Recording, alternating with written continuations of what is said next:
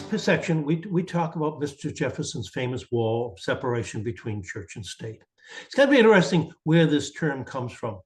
It comes from the time that Jefferson was president, and he wrote a letter to the Danbury, Connecticut Baptist community, praising them and talking about their commitments to religious liberty and his commitment to religious liberty in terms of a wall of separation between church and state. Well, how does that get into Supreme Court decisions? It gets in there somewhat by accident. After the Civil War, Thomas Jefferson's stock wasn't in high esteem. I mean, today we question Thomas Jefferson because of his role in terms of owning slaves. But after the Civil War, the issue wasn't so much his owning slaves, that wasn't a non-issue, but his issue of states' rights, the idea that the states could secede. You needed to resuscitate him.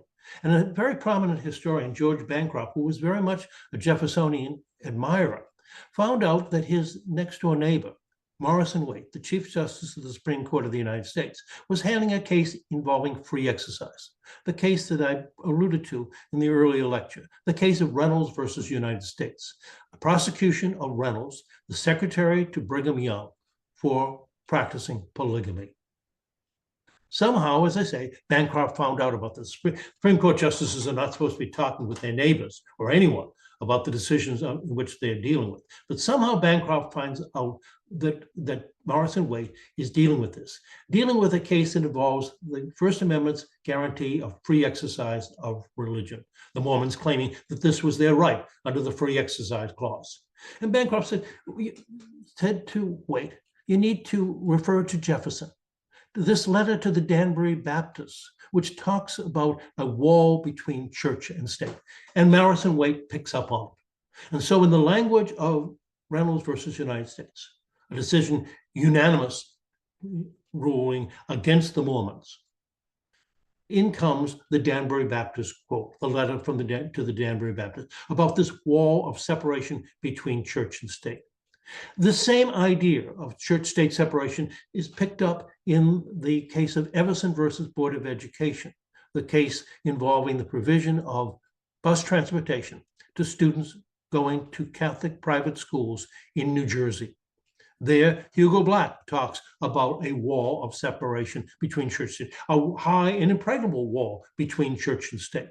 So this term separation or separations becomes very much part of the language of the First Amendment. In fact, if you took a poll of Americans and you said, where is that term wall of separation between church and state?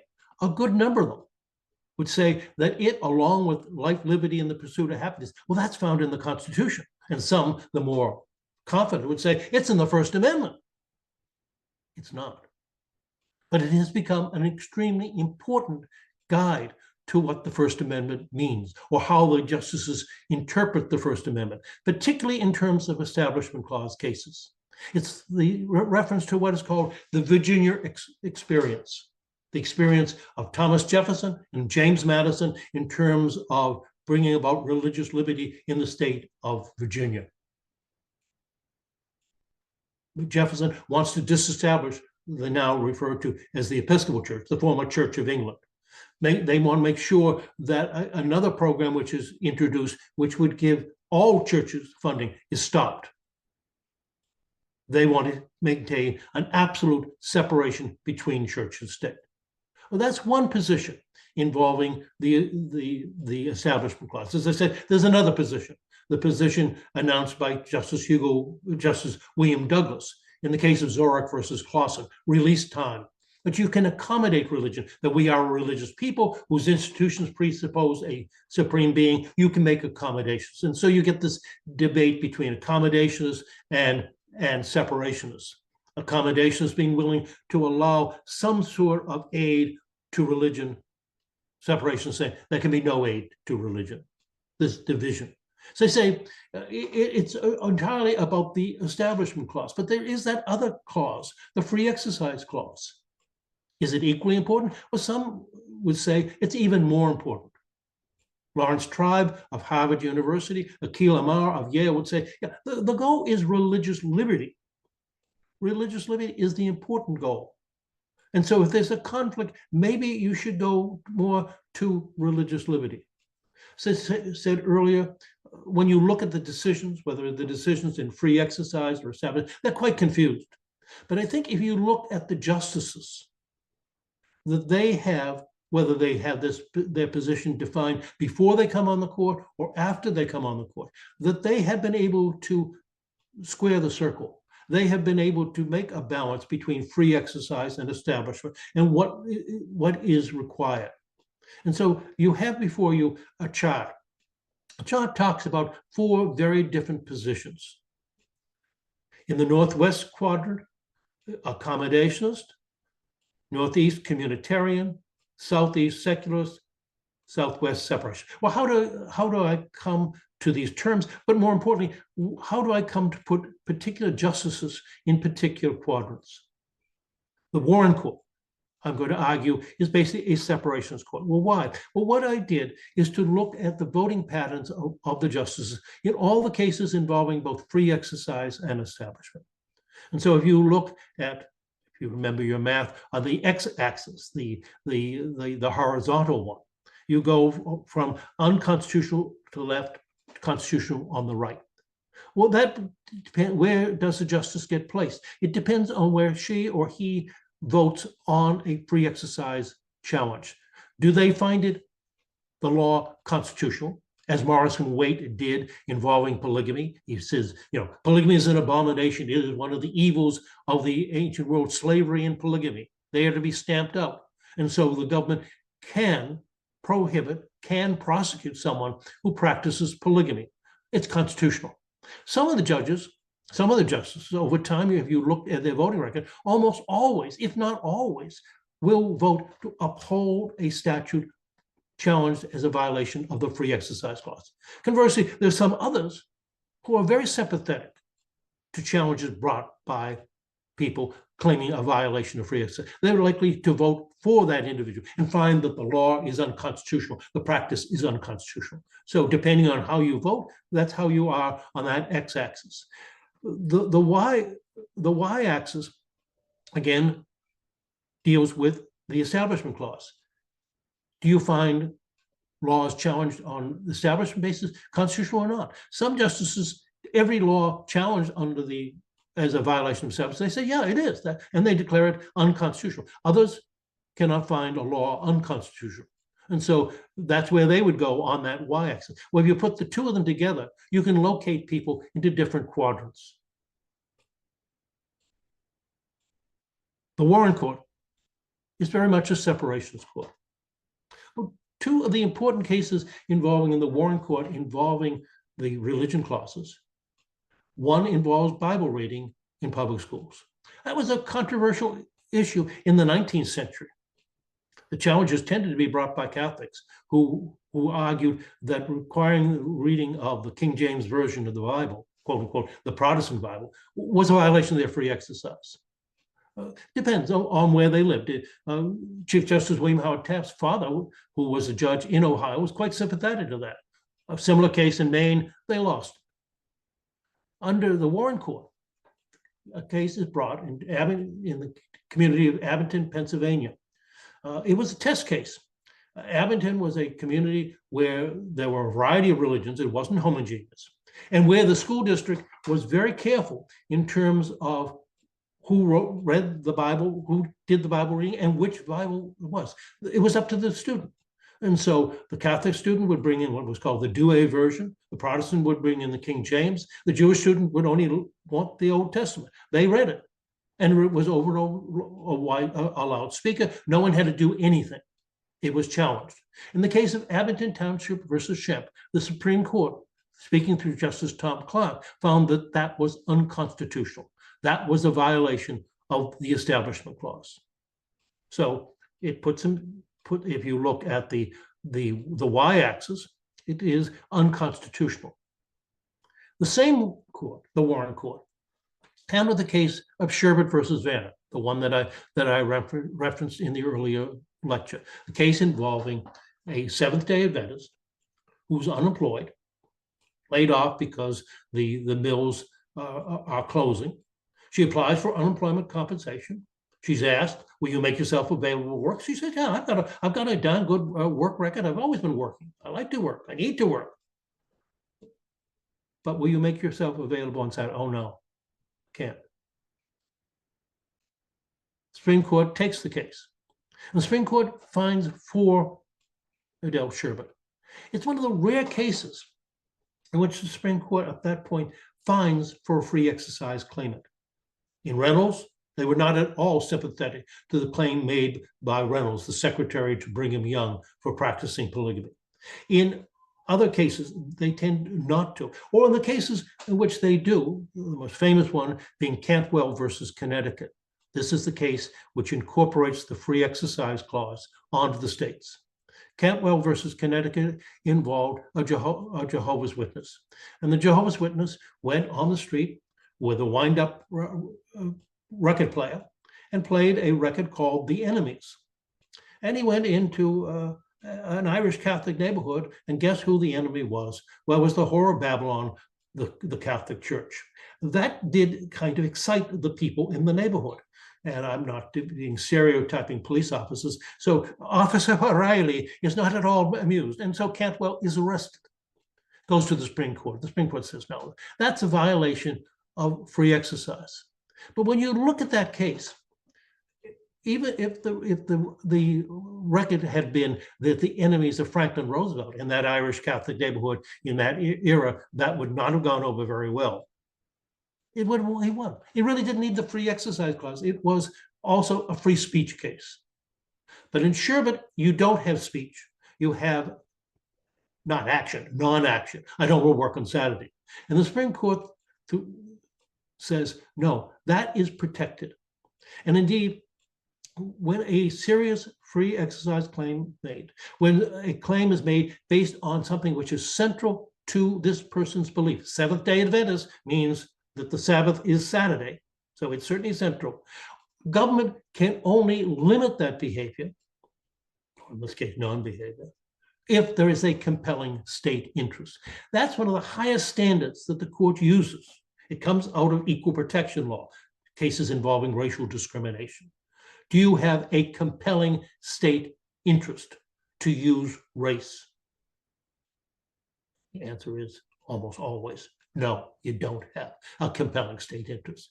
It's interesting, just as a sidebar here, that the current dispute in terms of the use of race or affirmative action, in terms of admission to the service academies, to West Point, to Annapolis, the Air Force Academy, is there a compelling state interest?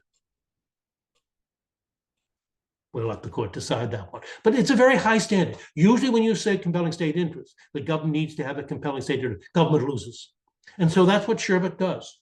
And so you have the Warren Court very much in the separationist quadrant. Why? As I say, because it tends to strike down laws involving religion, as challenges establishment clause. Generally, not always. I mean, it does allow for the loaning of books in the case of Board of Education versus Allen.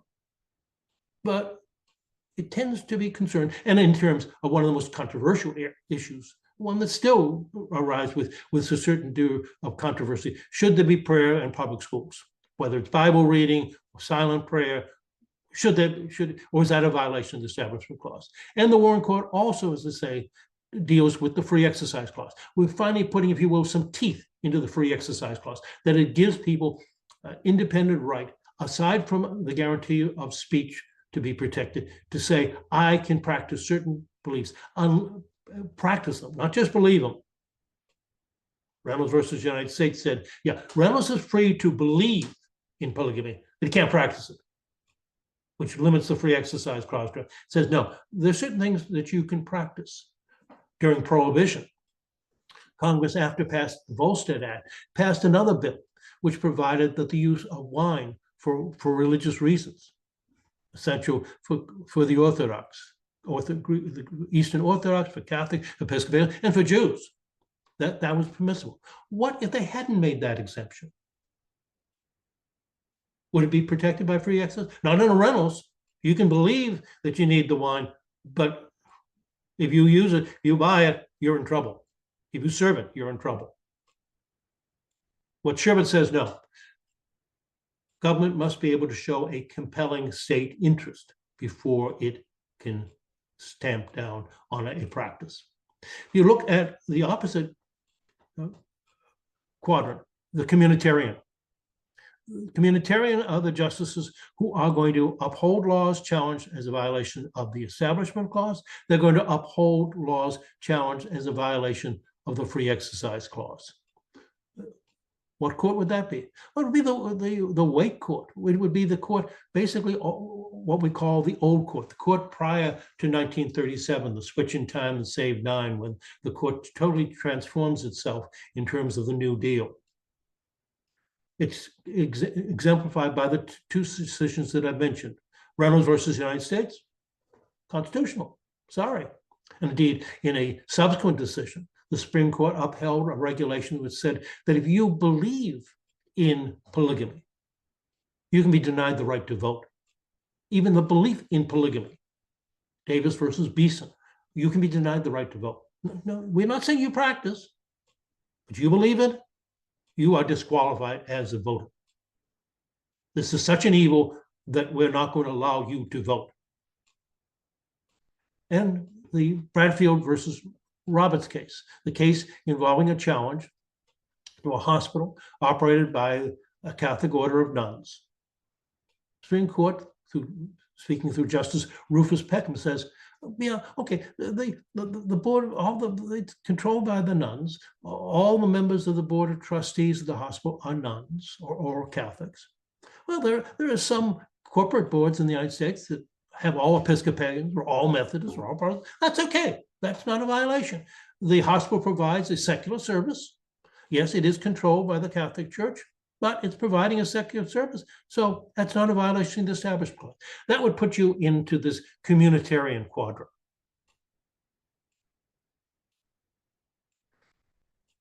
The other two quadrants, the secularist and the accommodationist quadrants. The accommodationist quadrant is where we are perhaps today. The secularist quadrant is where we were surprisingly, under Warren Earl Burger. We tended to be more secularist. We'll get into those two issues later. But let's go back to this wall of separation, to this so-called Virginia experience. The Virginia experience has basically colored the court from the time of Reynolds through Jefferson, into the 70s, into the 80s, into the 21st century. How do you interpret the phrases? One point of view, the dominant point of view, is the Virginia experience. Now, I shouldn't be telling students this reading Supreme Court decisions, because we want you to read the entire opinion, or at least the excerpts. You know, we don't want you stopping. Teachers are not always your friends. We don't want you stopping after the first paragraph and saying, I don't have to read another page of this thing. If you find in that first page anything talking about Thomas Jefferson or James Madison or the Virginia experience or the memorial and remonstrance, much less wall of separation, you can stop right there. I guarantee you 99%. I mean, come on. Oh, even Ivory Snow is only 99%. I can guarantee you how it's going to turn out. You know right at the beginning, the end of the story. You don't have to read it all. And now, particularly with word processing, the opinions are getting longer and longer. The great Oliver Wendell Holmes wrote very brief opinions. He said, yeah, the reason I do so is that I write at a stand-up desk. And the older I get, the more tired I get. So I stop them quickly. There's now just some of them are simply proofreading their clerk's opinions too. But they get longer and longer and longer. So you don't have to. If you had the Virginia experience at the beginning, stop. You can predict it. If you don't see it, in contrast, if they're not talking about Jefferson or Madison within the first four or five pages, you're pretty safe. Not 99%, but hey, everything isn't a sure bet. You're pretty sure if they're not talking about any of these terms, memorial remonstrance, church-state separation, high walls, Jimmy Madison, Thomas Jefferson. They don't, in the first 5 pages, you're pretty safe, not as safe as the other, saying they're going to uphold this one. It's constitutional.